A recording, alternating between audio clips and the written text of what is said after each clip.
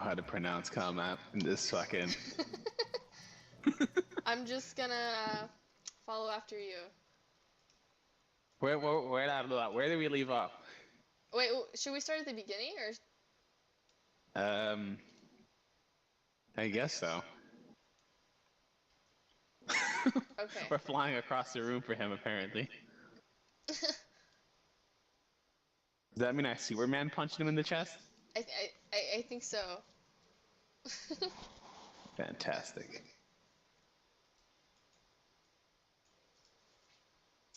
All right. My body's ready whenever you are.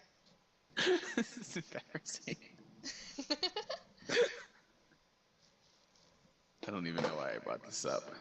Because it was a great idea. Lost my damn mind. You thought you were going to trick me into reading the long parts off. I did. I wanted to do the voices. I know you did. I was so ready. I had a different voice for every character. Oh, did you? Did you? Well, All right, I guess well, maybe. Here you go. Are you sure? Okay. Yep. Alright. Wait, are we in queue already? Yeah. Alright. I'm not the greatest narrator. Sorry. Wait, is Des gonna be joining us on this? No. He said no. No? Don't be a bitch. Come on. Come on. You can do the first paragraph.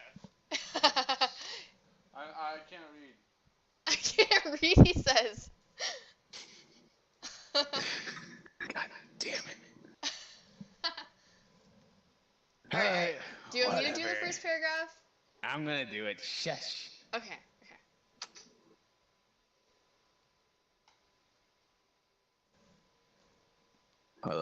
I'm trying to figure out. Do I want to put it on? Which monitor looks better? Alright, I guess I'll put it on this one. Shivering. Tradik sat in the back of the wooden cart with the rest of the passengers, not daring so much as to pull his hood down. I should have brought something heavier for this job. Tradik mumbled to himself, cursing his lack of foresight. He wore a white cloak of fairly light fabric, which was perfect for the jobs he did back in the desert, less so for the frozen plains of Halfon. By some cruel twist of fate, a snowstorm was just starting to blow in as they arrived in town, causing Tradik to consider heading back to the desert springs. The cart came to a sudden stop, and with a shout, all the other passengers started climbing out, decidedly more willing and better dressed for the cold than he. Reluctantly, Tradik climbed out of the cart, trying to pull the cloak closer to himself as if trying to somehow make it warmer. But with no luck, he quickly started scanning the village for someone who seemed knowledgeable of the events around town, before swiftly deciding to head into the large nearby building to inquire about the bounty. Though after spending time in the desert city of Rova, this seemed more akin to a hut than a real building. Tradik approached a young woman working behind the counter who didn't seem to notice him arrive, jumping when she turned around and saw him. I heard there was a beast that needs killing. Can you point me in the right direction? A beast? She asked, looking at him quizzically before looking him up and down, only seeing the white cloak. After a few moments, she clapped her hands together and smiled. You must be here for the old man. Just head out the door, turn to the left. It's a small house just across the way. She joyfully pointed to the door. Happy to have someone to do the job, or happy to get rid of him, Tradik knew he didn't like the look. Tradik knew he didn't look like he fit in here. But it was way too cold to take off his cloak just for appearances. He turned, took a deep breath before returning to the cold winds outside, fearing that the storm was just starting. Just as she said, there was a small house across the way, though somehow this one seemed more like a proper building than whatever she was working in. Tradik stopped just in front of the house before realizing there was no real door, just furs hanging in the doorway. How was he supposed to knock if there was no door? This fucking scrub, is what he thought. After standing in front of the door, simply staring at it like a fool for a few seconds, an old man walked up to him, smiling. You wouldn't happen to be looking something of a monster hunter, would you? It's cold. Fuck. Your old man voice is fantastic, by the way. God damn it. It was Tradik talking, nodded. though. Or was it him? No, it was terrible. Oh. Well, Smiling I don't up even know. Smiling back at the man. Well, let's switch. It's your turn. You can do the voices. No! My voice is gonna make the whole story silly. No, you should do the voices. I'll do the reading.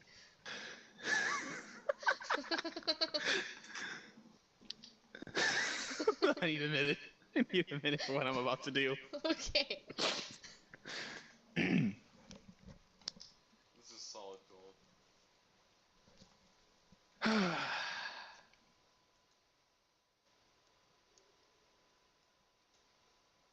Alright, are you ready? Yep. Okay.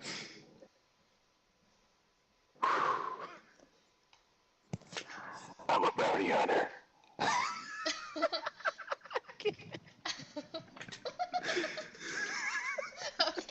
Okay, he said 2 lines in Darth Vader voice, and then he's done.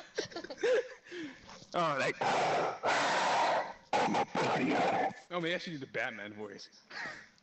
But then again, in the Batman voice, I only know how to do 2 lines, and that's like... I'm a bounty hunter. And if it happens to be a beast with the bounty, then that works just fine. The old man pulled the furs open, motioning for Tradik to enter, following him in. Looking around, it seemed much more spacious inside than it seemed from outside, though it was somewhat wanting for furnishings. There was just a single table and a chair near the middle of the room, a small bed with the fur of a large beast on top of it, the hide of a huge bear on the floor, in front of it what must be the most important part of the house, fire. Tradik slowly worked his way toward the fire, looking around to make it seem like he's just looking around, when he heard the old man laugh. You came here from the desert, did you not? Oh my god, it makes sense that you would be cold. Please make yourself comfortable. Tradik stood in front of the fire for a minute, feeling returning to his fingers. After warming up for a minute, he pulled his hood down, his black hair falling loosely just past his shoulders, a small scar running just over his left eye, his dark green eyes reflecting the joy brought to him by the fire. I was out hunting with some of our more experienced young men and women, teaching them how to survive in the plains. Teaching them how to survive the plains in a storm when a monster attacked us. Its fur was as white as the plains, and it moved as fast as the storm. The man paused. His voice was trembling. They didn't stand a chance. 2 of our own were dead before we could react. My grandson was the first to die. He had only just become old enough to accompany us on the hunts. The old man's eyes started to fill with tears, though he quickly turned away to hide it.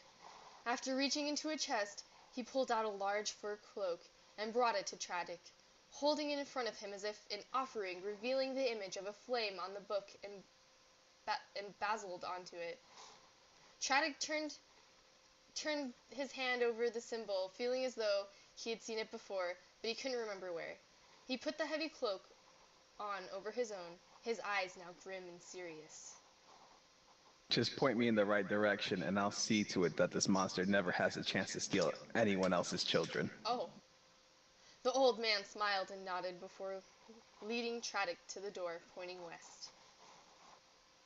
We were just about an hour outside the village when we were attacked. Just be careful. It may be large, but it's a more silent predator than any I have seen. Tradik nodded and was on his way, now able to truly see the village without feeling like he may freeze to death in the streets. Making his way west, he passed a hunter standing as a sentry at the gate, who offered a few words of warning about the coming snowstorm. It was almost an hour since he left the village, and the storm was blowing snow in full force, almost blinding Tradik completely. The hood from the fur cloak kept just enough snow out, of his eyes to allow him to see which direction he was going. Just as he was considering turning back to return to Whitewall to wait out the storm, Tradik heard the sound of footsteps. Big ones. Before he could search the plains for the sound of a great beast lunged at him from the side, huge claws narrowly missing the hunter as he jumped back. Tradik stood stunned, a beast on 4 legs, about 8 feet on all of them, covered in pure white fury that allowed one to only see sharp fangs and starving eyes. What the hells is that? Tradik stammered, taken aback at the thought of such a beast being able to get the first strike. He'd never seen such a thing before, something death itself would be weary of. The beast lunged again, barely giving him enough time to gather his thoughts, this time grazing his face. Tradik's mask blew away in the wind, the cold, stinging cuts on his face as blood sluggishly formed drops, quickly coagulating. This time he was prepared for the beast to attack, barely able to make out the black eyes that seemed ready to tear him apart. As the eyes slowly crept closer, Tradik clenched his fist, dark purple energy surrounding it. Before it could strike again, Tradik quickly threw his fist to the ground, on a 4-foot circle appearing around him, filled with writing and Vorsine, tongue of the ancient Wimlords. Tradik jumped back from the circle, hoping to lure the beast into it while gathering more energy gathered at his fingertips. But this monster was smarter than he anticipated. It ran around the circle before charging straight at him, fangs bared. Tradik curled his fingers, the energy forming points like claws on his fingertips, and jumped at the beast to meet it head-on. He jumped into the beast's head, slamming into one hand down in the base of his skull, causing the claws of magic to dig into the back of its neck, ripping through its hide. The beast roared and jumped, and Tradik jumped off, putting some distance between them. He looked around. He could still only see the beast's eyes, but where did his magic circle go? Looking down, he could barely make out the circle just in front of him, now covered by snow. Tradik grinned. Now let's see if you can see it too. The beast ran at him now, enraged by the attack, ran straight into it, and with a burst of purple light and energy, black chains flew up from the ground, wrapping themselves around it. Tradik grinned and clapped his hands together before closing all but his first 2 fingers on each hand, raising his right hand to point straight up, and his left hand straight down. Recall. Oh, oops, that's your part. Well. Virkal. With one calm word, a black spike shot up from the ground, impaling the beast. With a pathetic roar, the beast's body went limp, slowly lowering to the ground as the spike and chains dissipated, the energy blowing away quickly in the wind. He walked over the beast's body to make sure the job was done, and when he did, Tradik lowered his head, praying for the beast's soul. Shit. Tradik had forgotten about the cold while dealing with the beast. A particularly cold burst of wind blowing on the cuts served as a reminder of where he was. He situated the cloak's hood on his head and began to trek back, hoping for a swift return to the old man's fireplace. The snowstorm raged on, and Tradik instinctively reached into his back pocket to pull out his mask, forgetting it got ripped off by the prey, causing him to let out a groan, having nothing to cover his face on the way back.